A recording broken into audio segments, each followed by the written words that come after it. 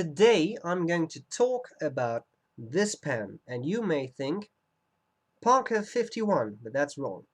This is the Hero 616, which is a Chinese pen. If I understand correctly, you buy these in packages of 10, and someone bought one of those packages, and she was kind enough to send me one. And of course, in return, I'll happily do a review. I'm not going to mention her name here, she knows who she is, and I don't want her to be swamped with requests for free pens. So there we go. This is an imitation of the Parker 51, which was quite a revolutionary pen. Unfortunately, I don't own a 51, so I can't really show you a comparison, but who knows, perhaps in the future, and then I'll do a shootout. Let's cover the pen, the parts of the pen. I'll tell you what I like about it, what I don't like about it, and then I'll do a writing sample, and that's it. So let's start with the cap. The cap has some interesting features. First of all, we have this pyramid-shaped, very sharp point on top. I kind of like that. It's nice. It may look black or something with the way I hold it, but it's actually just chrome, like the cap. We have a clear Parker imitation arrow here. I'm not sure whether that's allowed to use other people's logos or symbols, but who cares?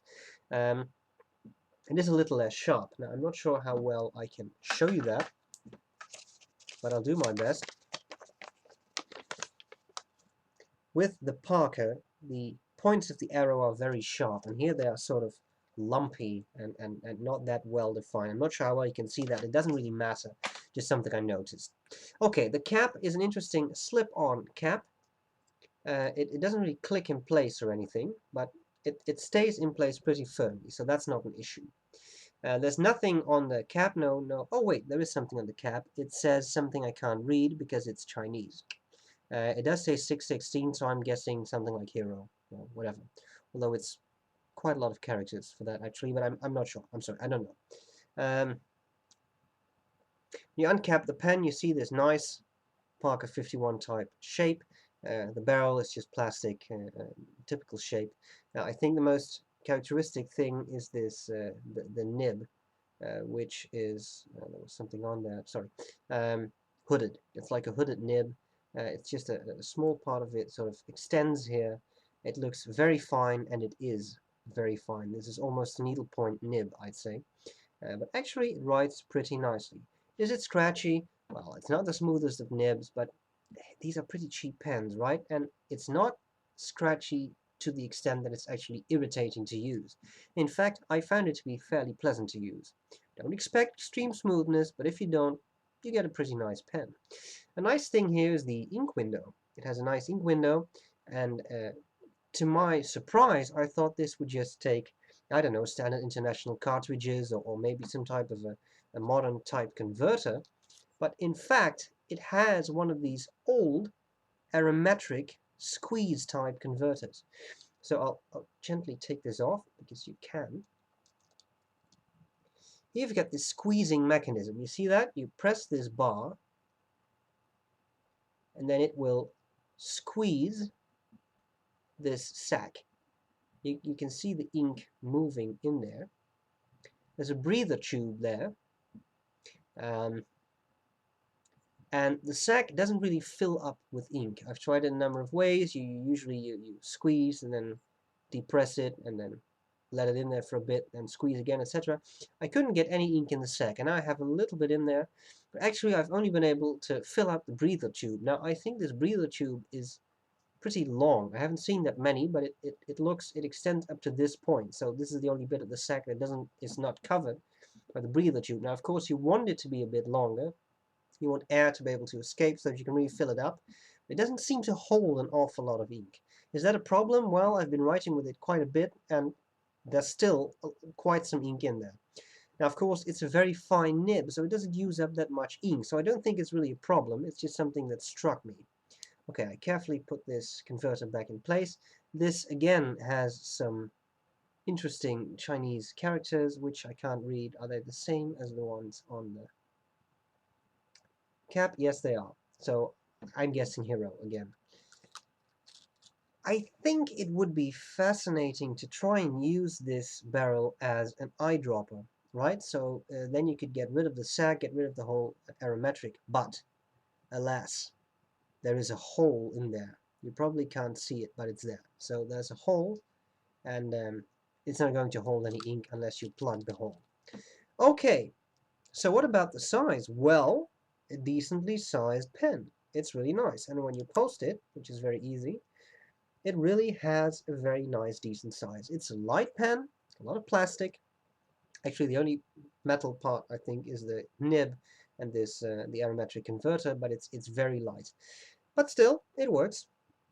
You can, through this ink window, you can see, if I hold close to the camera, it's not going to focus, but you can see the breather tube in there, so you can at least have a rough idea of how much ink is in there.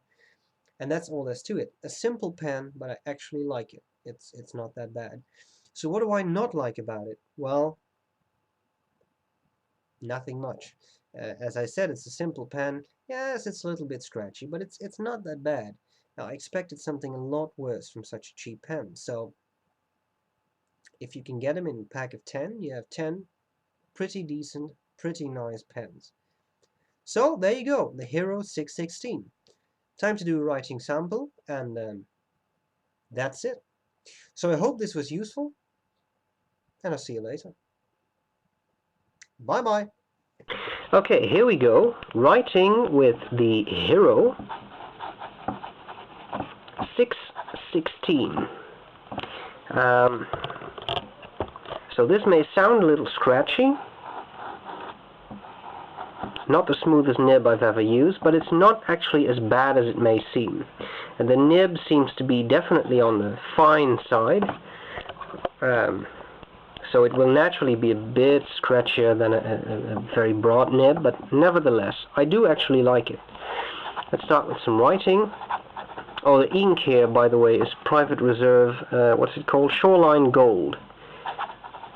Which is a bit like Noodler's Apache Sunset.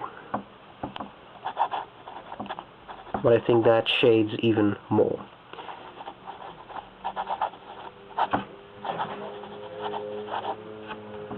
I'm used to broader nibs, so my handwriting may look a little different, I'm not sure. Okay, so what about flex?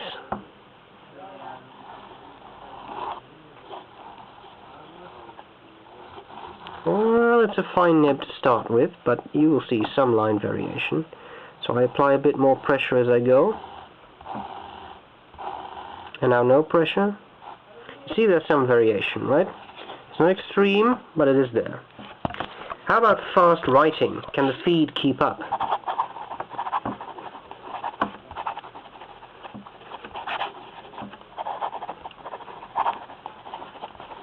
No problem whatsoever, so that's a good thing. We can do some coloring. Now, of course, it is a finer nib, so... Wow, that's actually a very decent performance. I expected something worse. So it keeps up well.